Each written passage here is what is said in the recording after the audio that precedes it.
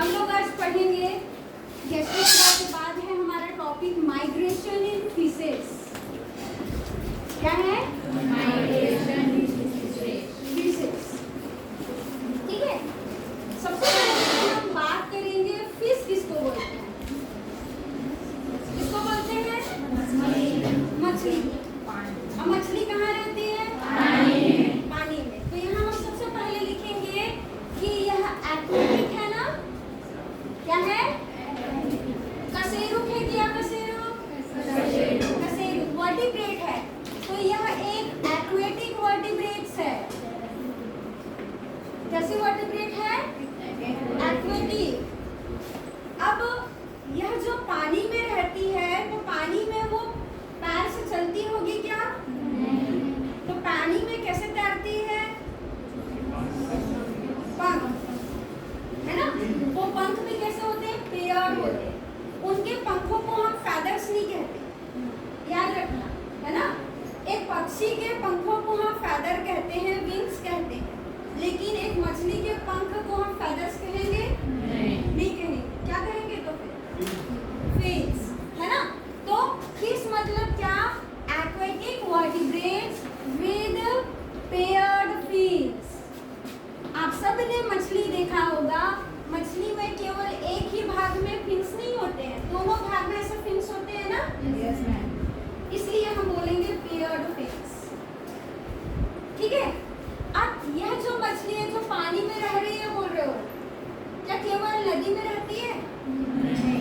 इसका आवास कहाँ कहाँ होगा? हाँ, नदी, तालाब, समुद्र। तो देखिए ये फ्रेश वाटर मतलब नदी में रह सकते हैं जहाँ का पानी साफ होता है। ठीक है। मराइन वाटर में भी हो सकते हैं ना। मराइन मीन्स समुद्री। एस्चुरी में भी हो सकते हैं। समझते हैं एस्चुरी? नहीं। एस्चुरी मतलब जहाँ फ्रेश वाटर और मराइन वाटर मिक्स होते हैं। समुद्र, कोई भी नदी जाके समुद्र में ही तो मिलती है ना। नदी का जो पानी जहाँ पे समुद्र से मिलता होगा वहाँ फ्रेश वाटर भी है और मराइन वाटर भी है। उस जगह को हम क्या बोल देते हैं? एस्चुरी। क्या बोलेंगे? एस्चुरी। प्लस ये मार्शी हैबिटेट में भी पाए जा सकते हैं। मार्शी मतलब दलदली। मछली केवल नदी, तालाब, समुद्र या एस्चुरी में ही नहीं होते, दलदली जमीन पे भी पाए जाते हैं। तो इनका आवास क्या क्या हो गया? Fresh water, marine water, estuary और मार्शी। ठीक है। अब यह जो मछलियां हैं इनमें हम किसको पढ़ेंगे? माइग्रेशन। अब माइग्रेशन क्या होता है थोड़ा बहुत समझ लेते हैं, है ना। आप लोग जब एडमिशन लिए थे तो सब लोग क्या जमा किए थे? माइग्रेशन। क्यों लिए थे हम लोग माइग्रेशन? बोला भी गया था अगर माइग्रेशन सर्टिफिकेट नहीं दोगे तो एडमिशन नहीं होगा, है ना। तो माइग्रेशन किस लिए दिया आपने? 11th में जब थे तो 12th के लिए दिया था क्या? नहीं। स्कूल में कभी जरूरत नहीं पड़ी, कॉलेज आए तो क्यों दी? क्योंकि सर लोग ने बोला यही है। तो माइग्रेशन किसी अलग अलग हैबिटेट में जाने की वजह से दिया जाता है। आप स्कूल में थे, स्कूल शिक्षा विभाग अलग है और हमारा कॉलेज का उच्च शिक्षा विभाग अलग है ना। तो जब भी कोई व्यक्ति या जीव कहीं ट्रांसफर या कहीं जाता है तो माइग्रेशन लेके ही जाता है। तो मछलियों में भी यह माइग्रेशन की प्रोसेस होती है। तो इनमें जो माइग्रेशन होता है ना, इनमें जो माइग्रेशन की प्रोसेस होगी, आने जाने का जो स्वभाव होगा वह नेचुरल होगा।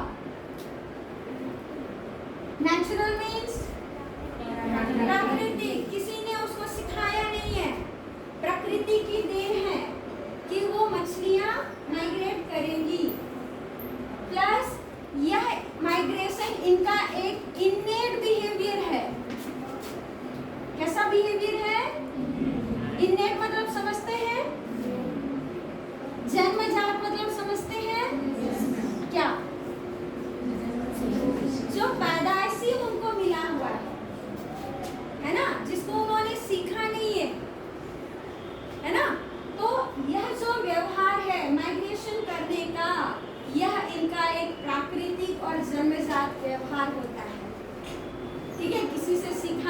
गॉड गिफ्टेड है और पैदाशी इनको मिला हुआ है।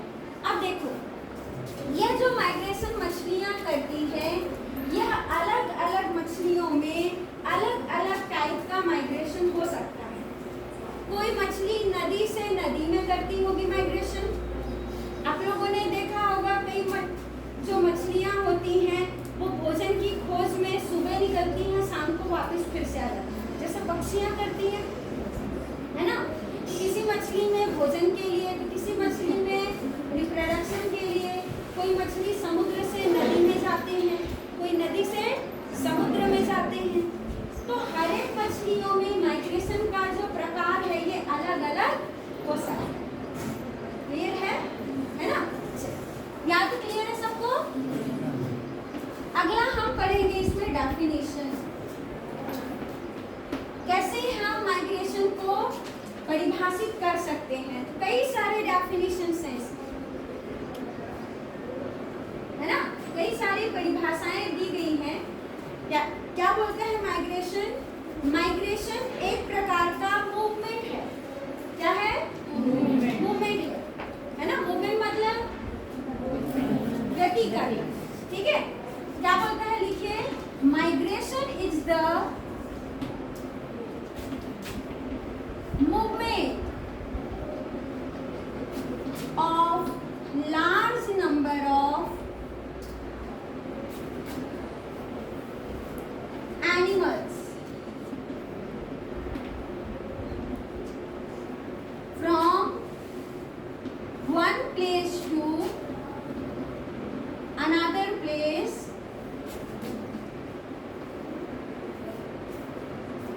for their needs and other reasons.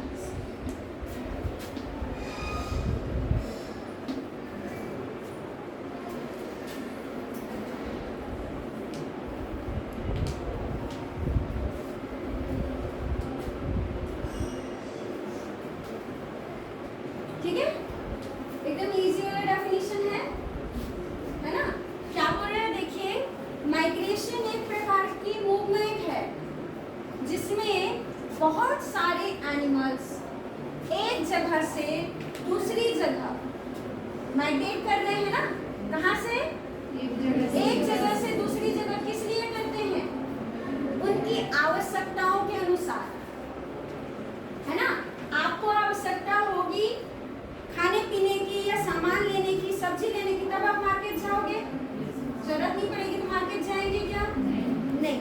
जरूरत पड़ेगी तो हॉस्पिटल जाएंगे, जरूरत पड़ेगी तो हम कॉलेज आएंगे। ऐसा हमारा जो मूवमेंट है, वैसे ही यह मछलियाँ भी माइग्रेशन अपनी आवश्यकताओं के आधार पे करती हैं। उनको अगर जिस वातावरण में वो रह रही हैं, अगर वो उनके अनुकूल नहीं है ना, तो वो दूसरी जगह पे जहाँ पे उनका वातावरण अनुकूल उनको मिले वहाँ पे जाएंगे वो, है ना। अगर उस पानी में ऑक्सीजन की कमी हो रही है तो वो दूसरी जगह पे जाएंगे जहाँ ऑक्सीजन अच्छा हो। अगर जिस तालाब या नदी में है पानी में भोजन की कमी हो गई तो ये भोजन के लिए कहाँ जाएंगे? दूसरे तालाब में। तो जब जैसे जैसे आवश्यकता पड़ेगी, अपनी आवश्यकताओं की वजह से या दूसरे कारणों की वजह से ये एक जगह से दूसरे जगह पे मूव करते हैं। क्लियर है ना। एक दो और हम डेफिनेशन देख लेते हैं। लिखिए,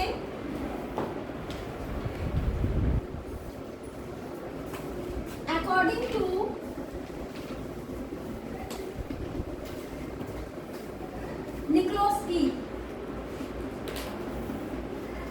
निक्लोस्की के अनुसार, इन्होंने 1963 में डेफिनेशन दिया था माइग्रेशन का।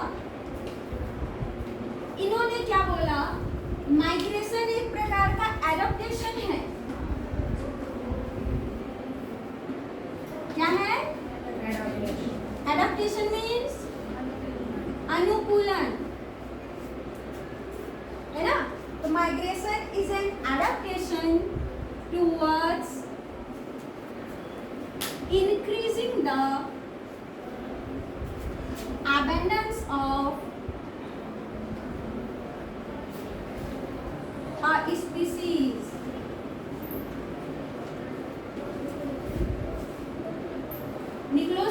क्या बोला कि माइग्रेशन एक प्रकार का अनुकूलन है। और कोई जीव अनुकूलन या अनुकूलन को हम सिंपली बोलते हैं धारण करना, ढालना ना। कोई जीव अपने आप को क्यों ढालेगा माइग्रेशन के लिए? बोलो,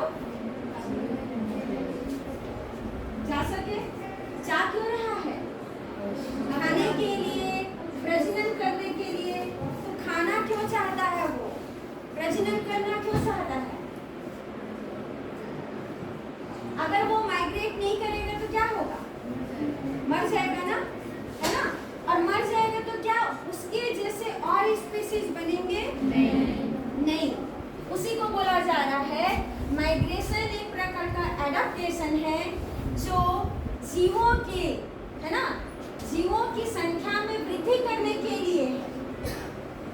अगर वो माइग्रेट नहीं करते हैं, माइग्रेशन वाला एडाप्टेशन धारण नहीं करते हैं, तो उनमें प्रजनन की प्रक्रिया नहीं हो पाएगी।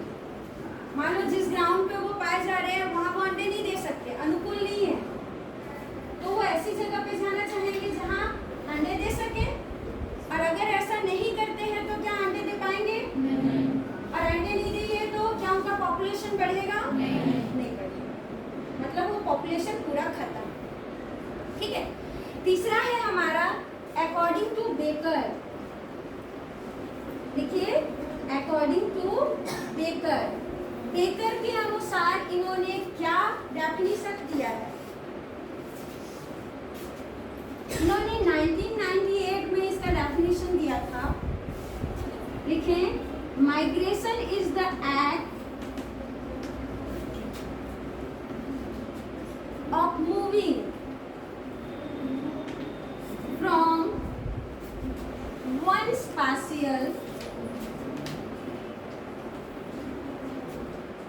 unit to another।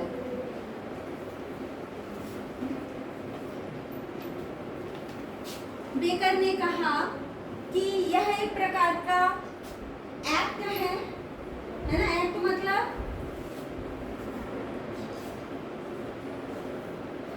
क्या? एक्ट मतलब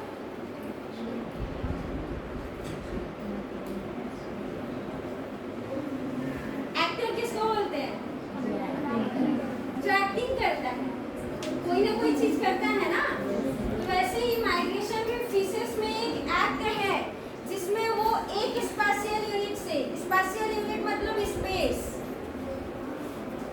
एक इकाई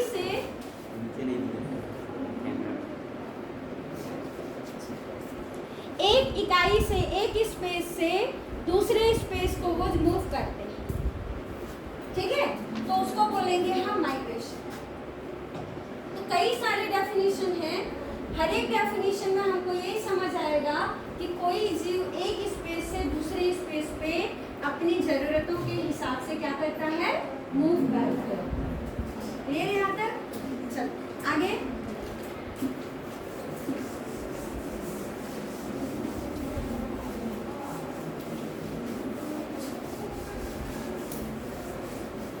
नेक्स्ट, अब हमने अभी अभी देखा कि फिशेस माइग्रेशन कर रही है, और माइग्रेशन एक क्या है?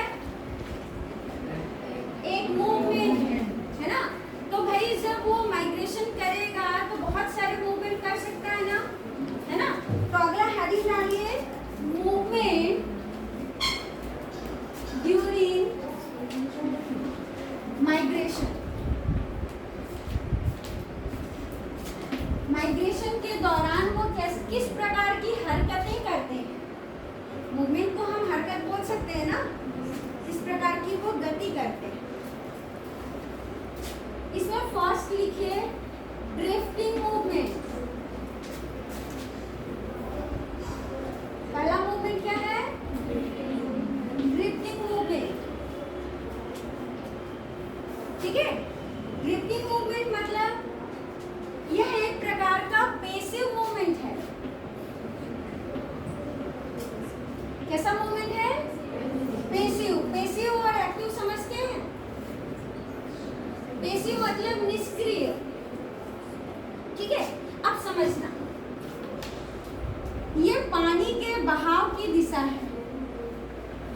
किसकी दिशा है? पानी की बहाव, क्योंकि मछली कहाँ है? पानी में। पानी जिधर की ओर बह रहा है, अगर मछली की गति की दिशा भी उधरी हो, है ना, ये वाटर करेंट है, ठीक है, वाटर करेंट का डायरेक्शन अगर इस ओर है और मछली भी इस ओर गति करेगी, तो क्या उसको एनर्जी लगाना पड़ेगा? नहीं। वो तो पानी जिधर की ओर बहेगा उधर ही वो बहते चले जाएगा। तो बिना एनर्जी लगाए अगर वो मूवमेंट करेगी तो उसको हम पैसिव मूवमेंट बोल सकते हैं, और ऐसे मूवमेंट को हम बोलते हैं ड्रिफ्टिंग मूवमेंट। पानी के बहाव की दिशा में गति करना, इसको बोलेंगे ड्रिफ्टिंग मूवमेंट, मूवमेंट करना, ठीक है। सेकंड है डिस्पर्सल मूवमेंट।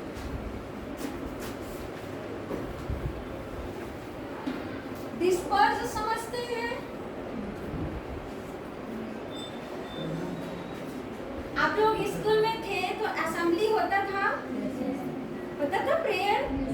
तो प्रेयर खत्म होने के बाद जो कैप्टन जो सामने में खड़े होते थे वो बोलते थे असेंबली डिस्पर्स, होते थे ना, सुने हो कि नहीं? असेंबली डिस्पर्स मतलब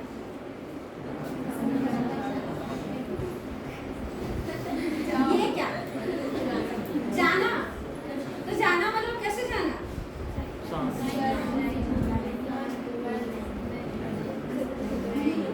फैलना ना। आप लोग देखो, जब आप लोग असेंबली क्यों बोलते हैं? असेंबल होना, एक जगह पे कलेक्ट होना। अब फिर बोलते हैं असेंबली डिस्पर्स मतलब जो कलेक्ट हुए ना आप बिखरो, है ना। सब लोग एक क्लास में तो नहीं जाते ना, सब अपने अपने क्लास में जाते हैं, उसी को बोलते हैं डिस्पर्स। अब मछली जो है विभिन्न दिशाओं में गति करेगी, कोई फिक्स दिशा नहीं है कि पानी के बहाव की दिशा में ही जाए। मान लीजिए ये फिश है तो फिश कोई भी दिशा में गति कर सकता है, इधर भी गति कर सकता है, इधर भी, इधर भी, इधर भी, कहीं भी जिस जगह पे है, अगर वह वो विभिन्न दिशाओं में गति करे तो उसको क्या, कौन सा मूवमेंट बोलेंगे? Dispersal movement. समझ आया? है ना? पॉइंट से समझना, वर्ड से समझना वो बोल क्या रहा है, फिर इजी। चल, तीसरा है स्विमिंग मूवमेंट।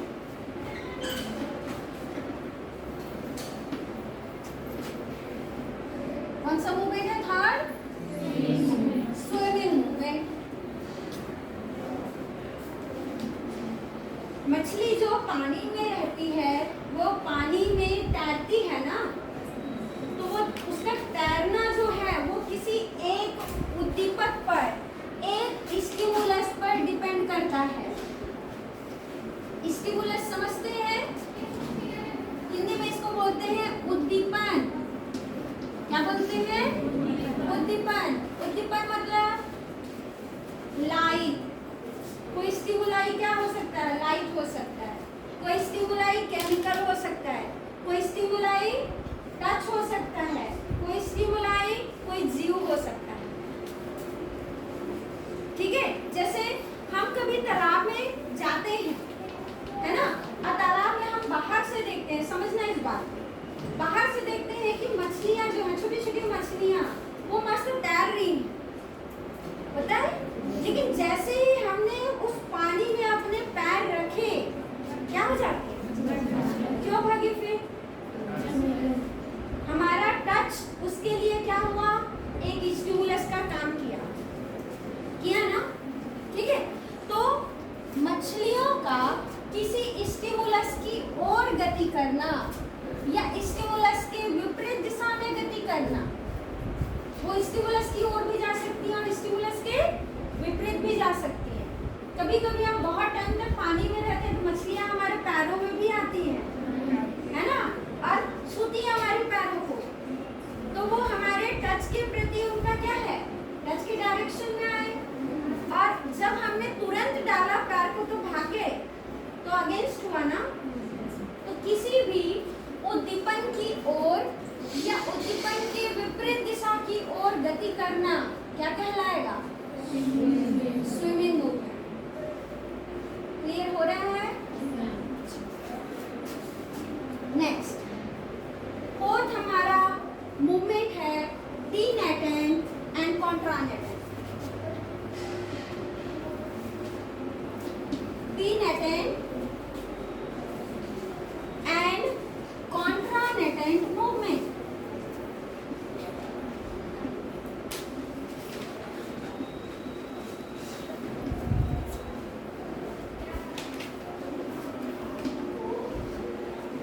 यहाँ दो मूवमेंट एक साथ है ना, हम एक एक करके समझते हैं। पहला है डीनेटेंट। डीनेटेंट किसको बोलेंगे? यह एक एक्टिव मूवमेंट है। अब एक्टिव मतलब सक्रिय। सक्रिय कब होंगे? जब एनर्जी लगेगी। जब एनर्जी नहीं लग रही थी तो उसको बोल रहे थे पैसिव। इसमें क्या हो रहा था? पानी जिधर बह रहा है मछली भी पानी के साथ साथ बह रही है। ठीक है, अब समझना, अब बोल रहे हैं एक्टिव मूवमेंट है। ये दोनों ही एक्टिव मूवमेंट है, डीनेटेंट भी और कॉन्ट्रानेटेंट है। लेकिन देखो यहाँ डीनेटेंट क्या बोल रहा है? सक्रिय है। अब देखो पानी की दिशा इधर है, वाटर करंट का डायरेक्शन, फिश का माइग्रेशन भी इस ओर है। लेकिन पानी के बहाव की दिशा में तेजी से गति करना। एक होता है मछली जो है पानी की बहाव में बह रही है लेकिन धीरे धीरे बह रही है, एनर्जी लगाएगी नहीं। लेकिन पानी के बहाव की दिशा में ही अगर वो स्पीडली मूव करे तो एनर्जी लगाएगी ना। तो पानी के बहाव की दिशा में ही गति कर रही है लेकिन अपना स्पीड को बढ़ा करके, तो एनर्जी लगेगा। एनर्जी लगा तो हम एक्टिव मूवमेंट बोल सकते हैं और उसको हम कौन सा मूवमेंट बोलेंगे? डीनेटेंट। क्लियर है? दूसरा क्या है? कॉन्ट्रानेटेंट। दूसरा क्या है? अब पानी के बहाव की दिशा में धीमी गति भी हो गया, पानी के बहाव की दिशा में तीव्र गति भी हो गया। अब क्या होगा देखो, अब इधर देखो सभी, पानी की बहाव की दिशा इस ओर है और मछली जो है वो माइग्रेशन कर रही है अपोजिट डायरेक्शन में, है ना। एनर्जी लगाएगी ना, है ना। सभी लोग जब समुद्र या नदी में जब कभी नहाने गए होंगे तो जब लहर इधर से आ रहा है आपको फेंकता है ना लहर, आप उसको कोशिश तो करके देखो उधर जाने की जिधर से लहर आ रहा है ना, आपको फेंक देगा। लेकिन अगर मछलियां पानी के विपरीत दिशा में गति करेंगी तो एनर्जी लगाएंगी ना। हम खुद देखते हैं, साइकिल चलाते हैं तो जब हवा बहुत तेज आती है सामने से, साइकिल का गति क्या हो जाता है? धीमा। तब हमको जोर जोर से पैडल मारना पड़ता है ना, एनर्जी लगानी पड़ती है। तो जब भी किसी चीज के विपरीत दिशा में हम मूवमेंट करेंगे तो क्या होगा? एनर्जी लगाना पड़ेगा। तो मछली पानी के विपरीत दिशा में गति कर रही है तो उसको क्या बोलेंगे? कॉन्ट्रानेटेंट। अब पानी के बहाव की दिशा में अगर तीव्र गति से मूवमेंट कर रही है तो डीनेटेंट। क्लियर है?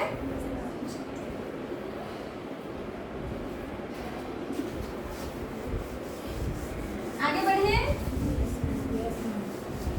अगला लिखिए soling and spooling during migration.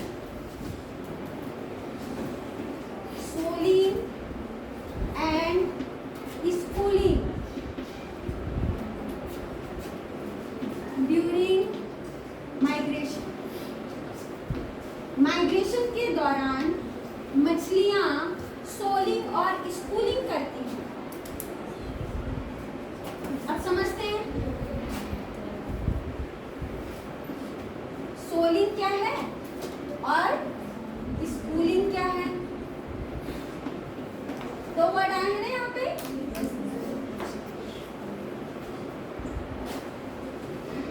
ठीक है, सोलिंग मतलब मछलियां जब माइग्रेट करती हैं तो मछलियों का एक साथ आना, मान लीजिए बहुत सारी मछलियां क्या हो रही है, एक साथ आ रही है, और एक साथ आएंगी तो ग्रुप बनाएंगे ना, है ना, और ग्रुप बनाते हुए एक साथ वो माइग्रेट कर रही है।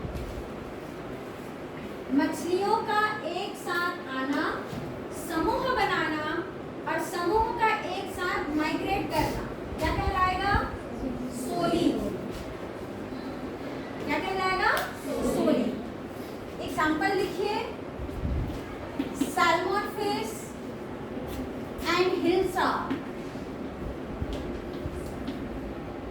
सैल्मन है ना, नॉट सलमान, सलमान मत बोलना, सैल्मन, ठीक है।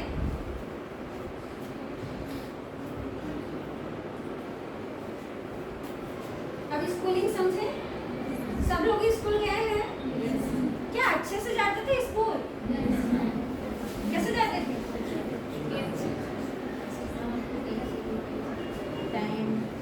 कैसे जाते थे, हम लोग कैसे जाते थे, मैं बता रही हूँ। हम लोग गाँव में पढ़े हैं तो हम लोग के जो फ्रेंड्स हैं मोहल्ले में जो रहते थे वो एक एक करके बुलाते जाते थे, जिसका घर सबसे लास्ट में था वो निकलता था और एक एक जने को बोलते बोलते हम लोग निकलते थे, है ना।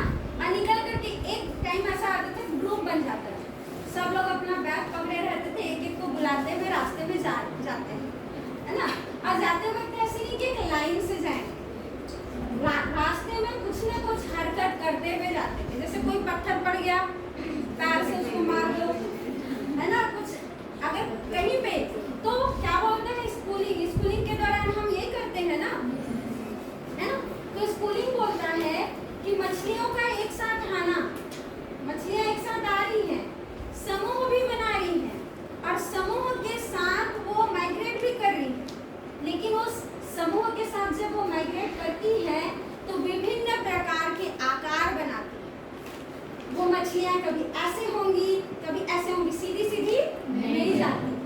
जब साथ साथ जाते हैं तो हम भी कभी इधर जाते थे, कभी इधर जाते थे, एक लाइन पे नहीं जाते थे। तो अपने स्कूल के दिनों को याद करना, ठीक है। क्या लिखेंगे स्कूलिंग में, मछलियों का एक साथ आना, ग्रुप बनाना, समूह के साथ प्रवास करते हुए आपसी तालमेल। भाई हम अगर किसी पत्थर को मारेंगे तो दूसरा भी तो मार सकता है, तो उसको बोल दे मैं मार रहा हूँ तो रुक जा। तो वैसे ही मछलियां जब, इधर देखो, मछलियां मान लो ग्रुप में जा रही हैं सीधे सीधे, एक टाइम आता है सब ऐसे मुड़ती हैं, आपने पक्षियों को देखा होगा, है ना। तो एक साथ सभी मछलियां पानी में वैसे मूव करें, जैसे एक जा रहा है वैसे दूसरी को तालमेल बैठेगा तब तो होगा ना, नहीं तो एक्सीडेंट हो जाएगा। फिर अगर ये अब दिशा परिवर्तित करें, इधर आ रही है तो सब के सब इधर आएंगे, तो ऐसे ये गोते खाते हुए पानी में मूव कर रहे हैं, तो आपसी तालमेल होगा तभी तो करेंगे, ठीक है। तो क्या लिखे, आपसी तालमेल से विभिन्न प्रकार की आकृति बनाते हुए माइग्रेट करना। कितना मस्त माइग्रेट करते हैं ना, हाँ इमेजिन कर लो। एग्जाम्पल लिखिए, सार्डिन्स और ट्यूना,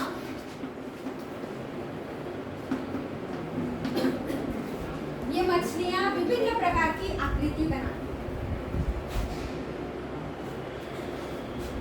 क्लियर है ना, दोनों क्लियर हो, सोलिंग और स्कूलिंग। इसमें वो आकृति नहीं बनेगी लेकिन इनमें आकृति बनेगी।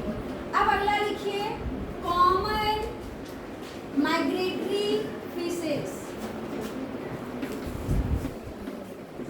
ऐसी कौन कौन सी फिशेस हैं जो माइग्रेशन को शो करती हैं,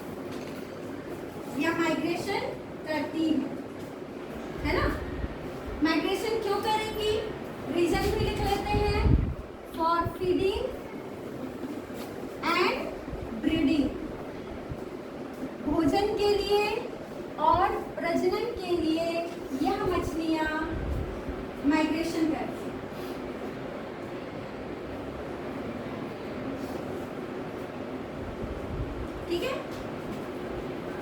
अब उनका नाम लिख लेते हैं जो जो मछलियां माइग्रेशन को शो करती हैं। पहला लिखिए ट्यूना, दूसरा है हिल्सा, तीसरा है सैल्मन, ये तो अभी तीनों को हमने देखा ना अभी। चौथा लिखिए हैरिंग, पांचवा है कॉडफिश, छठवां है स्टिकल बैक फिश, सातवां है इल। इल देखा है,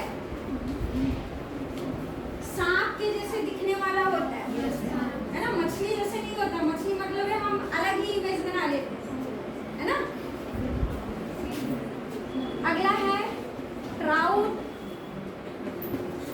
नाइन्थ है मैकेरल और 10th है टेराकॉन। ये 10 माइग्रेटरी फिशेस हैं जो जनरली माइग्रेशन करती हैं।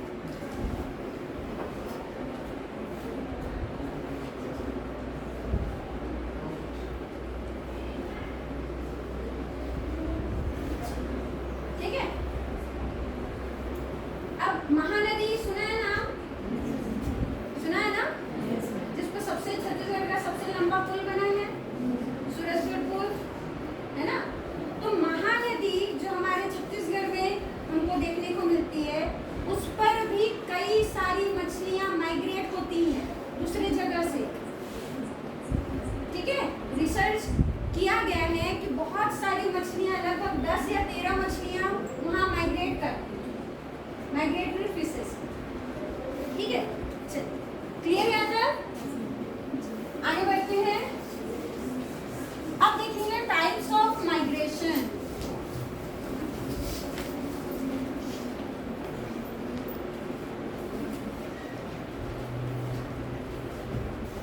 देखिए टाइप्स ऑफ माइग्रेशन। माइग्रेशन विभिन्न प्रकार के होते हैं, डिपेंड करता है कि रीजन क्या है ना। कारणों के आधार पे ही तो वो माइग्रेट करेंगे ना, तो रीजन क्या है उसके आधार पे ये माइग्रेट करती है। तो लिखिए पहला migration on the basis of, types of लिख लो, types of migration on the basis of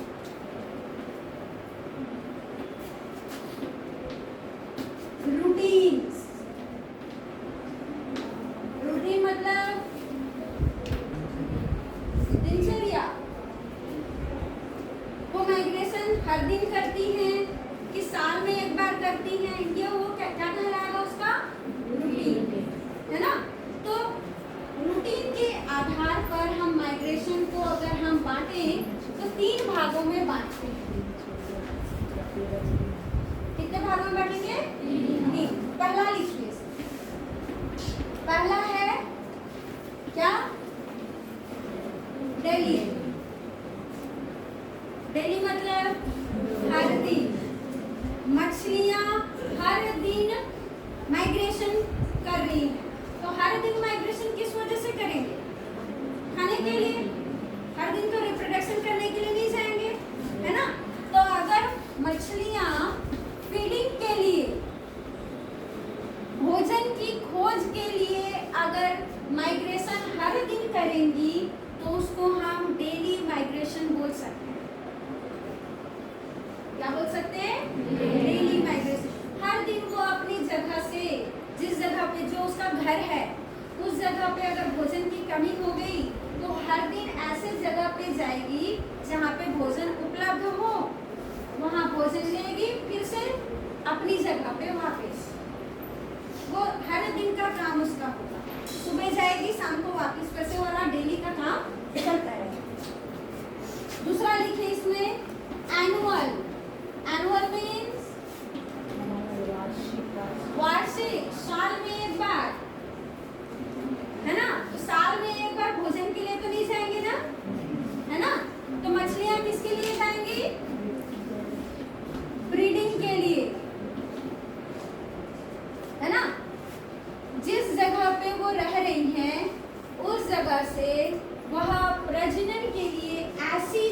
पे जाएंगी, ऐसे ब्रीडिंग ग्राउंड पे जाएंगी जहां प्रजनन कर सके।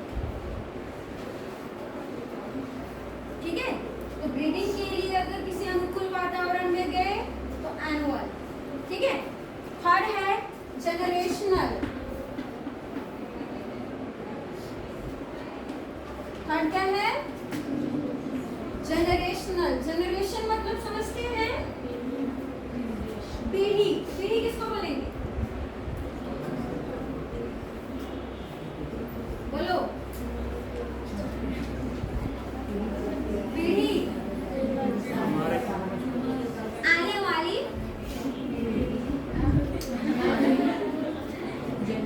आने वाले जो बच्चे हैं वो पीढ़ी बनाएंगे ना, है ना।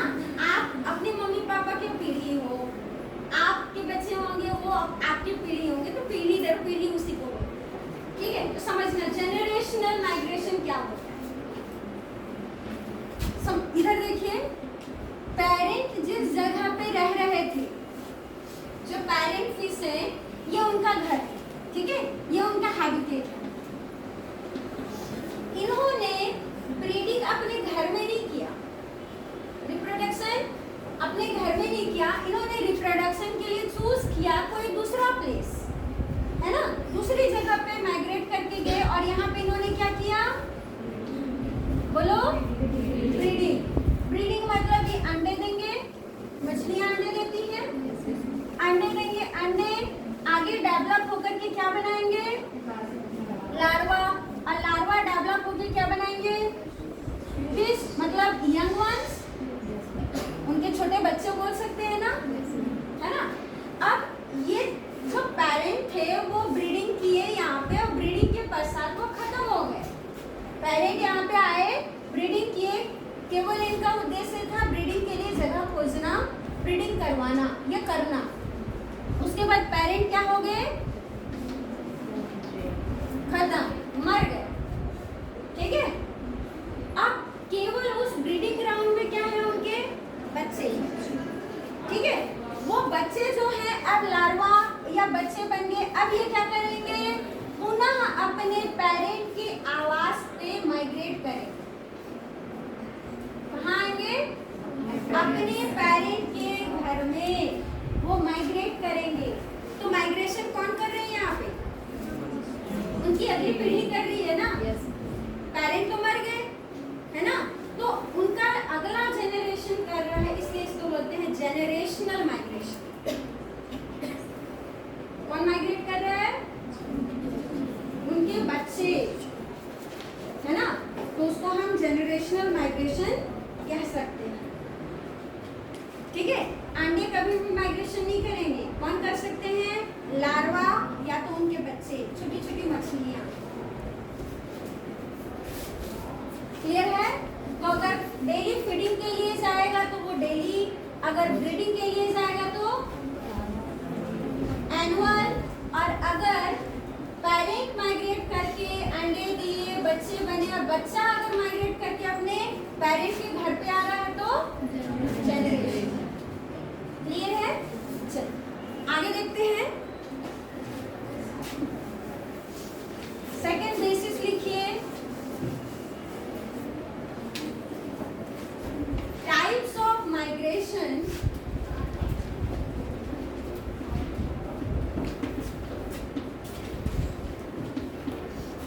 On the basis of their needs। किसके आधार पे बांट रहे हैं? नीड के आधार पे, जरूरत के आधार पे, है ना। जरूरत जैसी पड़ेगी उस माइग्रेशन को हम वो नाम दे देंगे। ठीक है, पहला फीडिंग, या इसी को बोलते हैं एलिमेंटल माइग्रेशन।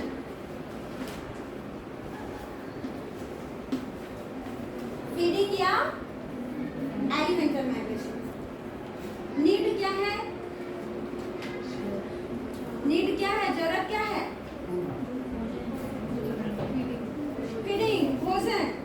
अगर एक मछली भोजन की खोज के लिए दूसरे जगह माइग्रेट करेगी तो उसको हम फीडिंग माइग्रेशन कह सकते हैं ना। भोजन की खोज के लिए दूसरी जगह क्यों जाएगी? क्यों जाएगी? बोलो। पेट भरने के लिए। क्या उसके घर में पेट नहीं भर रहा था उसका? क्यों नहीं भर रहा था? भोजन की कमी है ना। मछली जिस आवास में रह रही है, अगर वहां भोजन की कमी हो गई तब तो वो जाएगी ना दूसरे जगह खोजने, है ना। तब वो फीडिंग माइग्रेशन कर रही है, तो जरूरत पड़ी। जरूरत क्यों पड़ी? क्योंकि भोजन की कमी हुई। क्लियर है? दूसरा लिखिए स्पॉनिंग और गैमेटिक माइग्रेशन।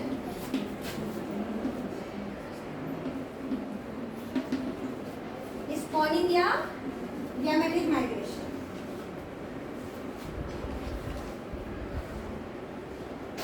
क्या जरूरत पड़ेगी अब यहाँ पे?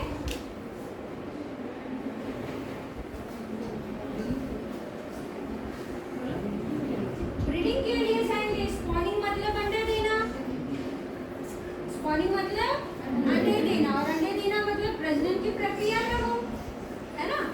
तो एडल्ट जो फिश होंगे वो दूसरी जगह जाके अंडे देंगे। ब्रीडिंग के लिए वो दूसरी जगह माइग्रेट कर रहे हैं। और ब्रीडिंग के लिए दूसरी जगह माइग्रेट क्यों करेंगे? बोलो। मान लीजिए ये एडल्ट ब्रूडर्स हैं। क्या है? एडल्ट ब्रूडर्स जो ब्रीडिंग के कैपेबल हैं, प्रजनन करने योग्य हैं। इनको बोला जा रहा है कि ये माइग्रेट करके दूसरी जगह पे जा रही है। ठीक है, मान लेते हैं ये नदी में रहने वाला है या ये समुद्र में रहने वाला है। ये कहाँ माइग्रेट किया? नदी में। क्यों माइग्रेट किया समुद्र से नदी में? समझना, समुद्र का पानी कैसा? खारा, है ना। ये जो एडल्ट हैं जो प्रजनन करेंगे, ब्रीडिंग करेंगे, ब्रीडिंग के द्वारा क्या देंगे? वो अंडे। अंडे जो रिलीज होंगे, मान लो अगर समुद्र में ही रिलीज हो रहे हैं, अंडे समुद्र के खारे पानी को नहीं सहन कर पाते, या उससे उत्पन्न होने वाले लार्वा खारे पानी को सहन नहीं कर पाएंगे। मतलब अंडों या उनके लार्वा के लिए समुद्र क्या अनुकूल हुआ? नहीं। प्रतिकूल हुआ ना। फेवरेबल नहीं है। तो ये जो एडल्ट फिश हैं ये माइग्रेट करके किधर जाएंगी? नदी में। और यहाँ आके अंडे देंगी। अंडों से क्या बनेगा? लार्वा। अब लार्वा नदी में के पानी को सहन कर सकता है ना, वहाँ डेवलप होगा, और डेवलप होने के बाद वो पुनः अपने घर में वापस आ जाएगा। केवल वहाँ इसीलिए माइग्रेट किए थे कि अंडे और लार्वा सुरक्षित रहे। लार्वा जब पुनः एक बच्चे में कन्वर्ट हो जाएगा, छोटी मछलियों में कन्वर्ट हो जाएगा, तो समुद्र के पानी को सहन कर सकता। अब वो वापस आ जाएगा समुद्र, है ना। तो जब जिस वातावरण में हम रह रहे हैं, मछलियां रह रही हैं, अगर वो वातावरण अंडों या लार्वा के लिए सुरक्षित नहीं है, तो वो किसके लिए जाएंगे माइग्रेट करने के लिए? ब्रीडिंग के लिए, स्पॉनिंग करने के लिए जाएंगे। तब उसको हम क्या बोलेंगे? स्पॉनिंग या गैमेटिक माइग्रेशन। क्लियर है? चलो थर्ड लिखिए सीजनल या क्लाइमेटिक माइग्रेशन।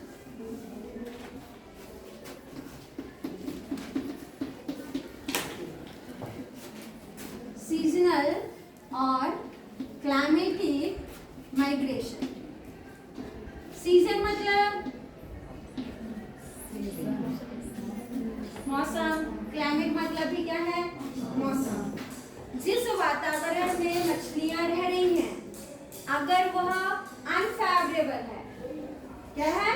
अनफेवरेबल, प्रतिकूल है, तो वो क्या चाहेंगी? क्या चाहेंगी?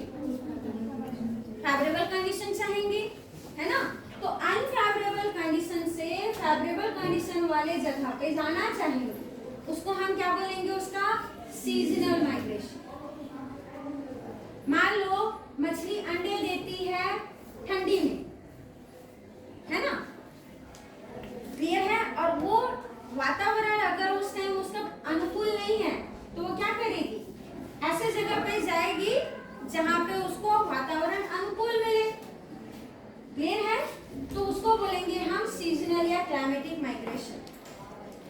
एक सीजन में वो माइग्रेट करके दूसरी जगह चली गई, फिर वापस आ गई, है ना, तो उसको सीजनल बोलेंगे। अगला लिखिए ऑस्मो रेगुलेटरी माइग्रेशन।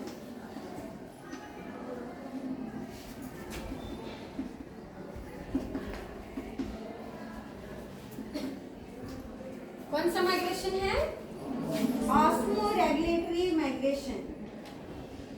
समझते हैं ऑस्मो रेगुलेशन मतलब, हिंदी में इसको बोलते हैं परासरण। क्या बोलते हैं, परासरण,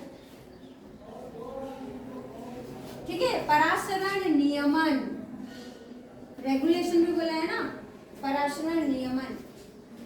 अब परासरण मतलब पानी और नमक की मात्रा को बना के रखना, नियमन मतलब रेगुलेट करना, शरीर में किसकी मात्रा को, पानी की और नमक की, या जिसको हम बोलते हैं इलेक्ट्रोलाइट्स।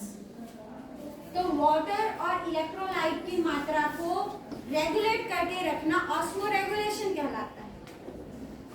जैसे इसके पहले हमने पढ़ा था, याद करो, हाइपोटोनिक और हाइपोटोनिक, याद है, समुद्र में जो मछलियां होती हैं उनके शरीर में नमक की मात्रा कम है, समुद्र के पानी में नमक की मात्रा ज्यादा है, तो क्या होगा, क्या होगा, शरीर से पानी बाहर निकलेगा ना, तो मछलियां क्या हो जाएंगी, सूख जाएंगी, जो सुस्ती बोलते हो वो ज्यादा समुद्र में बनता है। तो मछली चाहेगी ना कि वो सुस्ती ना बने, तो क्या करेगी, वो क्या करेगी, ऐसे जगह पे जाएगी जहां वाटर और नमक दोनों की मात्रा नियमित हो, रेगुलेट हो। ऐसे एरिया में नहीं रहेगी जहां नमक ज्यादा हो, नहीं तो वो पूरा सूख जाएगी, खत्म हो जाएगी। वहीं अगर हम देखें एक नदी में अगर नमक कम है, हम जानते हैं नमक कम और पानी ज्यादा होता है, मछलियों के शरीर में क्या होगा, पानी भरते जाएगा, मछलियां फूल जाएंगी, है ना, कभी सही नहीं है। तो ये नमक और पानी की मात्रा को बना के रखना क्या कहलाता है, ऑस्मो रेगुलेशन। और इसके लिए अगर वो माइग्रेट कर रही है तो उसको बोलेंगे ऑस्मो रेगुलेटरी माइग्रेशन। समझ आया, है ना। लास्ट लिखिए इसमें, यहाँ लिख दे रही हो, फिर जुवेनाइल माइग्रेशन।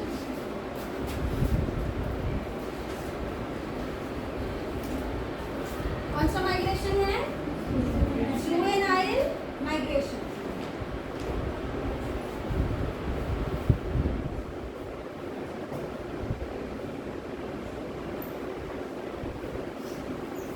ठीक है, देखिए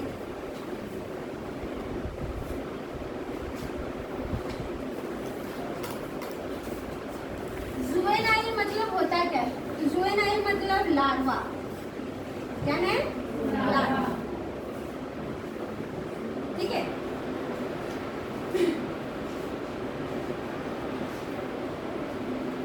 अब देखो जुवेनाइल माइग्रेशन होगा कैसे, एडल्ट ने यानी कि पेरेंट ने एग ले किए, मतलब स्पॉनिंग किया, अंडे दिए ना, अंडे जो है वो किसमें कन्वर्ट हुए, लार्वा। अब लार्वा डेवलप होके यंग वंस बना रहे हैं, छोटे छोटे मछलियां बना रहे हैं, क्या बना रहे हैं, छोटी छोटी मछलियां। अगर ये लार्वा या ये छोटे छोटे मछलियां, है ना, ये अपने पेरेंट के ग्राउंड पे वापस आती हैं, कहाँ पे, पेरेंट के ग्राउंड पे, जो जनरेशनल वाला देख रहे थे, तो वहां पे जनरेशनल में कौन माइग्रेट कर रहा था, पेरेंट कर रहे थे कि बच्चे कर रहे थे,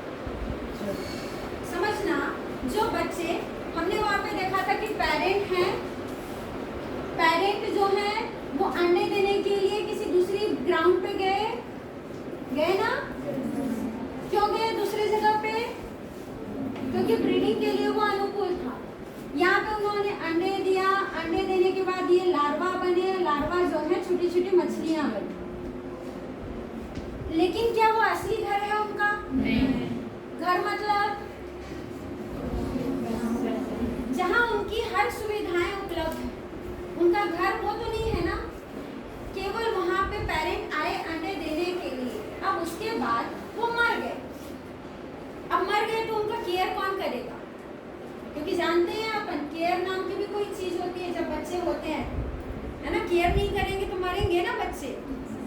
तो वो केयर तो वहाँ उनके पेरेंट नहीं है तो मिलेगा क्या? कहाँ मिलेगा केयर? घर में। तो वापस कहाँ आ जाते हैं? घर। मतलब इनको जितनी भी फैसिलिटीज है वो अपने पेरेंट के घर में मिलेगा, भले ही पेरेंट हो या ना हो, है ना। तो यहाँ माइग्रेशन कौन कर रहे हैं? बच्चे कर रहे हैं। तो बच्चों को या लार्वा को ही हम जुवेनाइल कहते हैं। जुवेनाइल पुनः अपने पेरेंट के घर पर फीडिंग के लिए आते हैं, उसको बोलेंगे जुवेनाइल माइग्रेशन। क्लियर है? पेरेंट है क्या वहाँ पे? नहीं, है ना। ये है हमारे नीड्स के अकॉर्डिंग। पहला है फीडिंग के लिए अगर जाए तो फीडिंग माइग्रेशन, ब्रीडिंग के लिए जाए तो स्पॉनिंग, अगर सीजनल जा रहे हैं क्योंकि वातावरण प्रतिकूल अनुकूल होती रहती है, अगर वाटर और इलेक्ट्रोलाइट में कंट्रोल करने के लिए, नियमन करने के लिए अगर जा रहे हैं तो ऑस्मोरेगुलेटरी, और अगर लार्वा या उसके बच्चे माइग्रेशन करेंगे तो जुवेनाइल।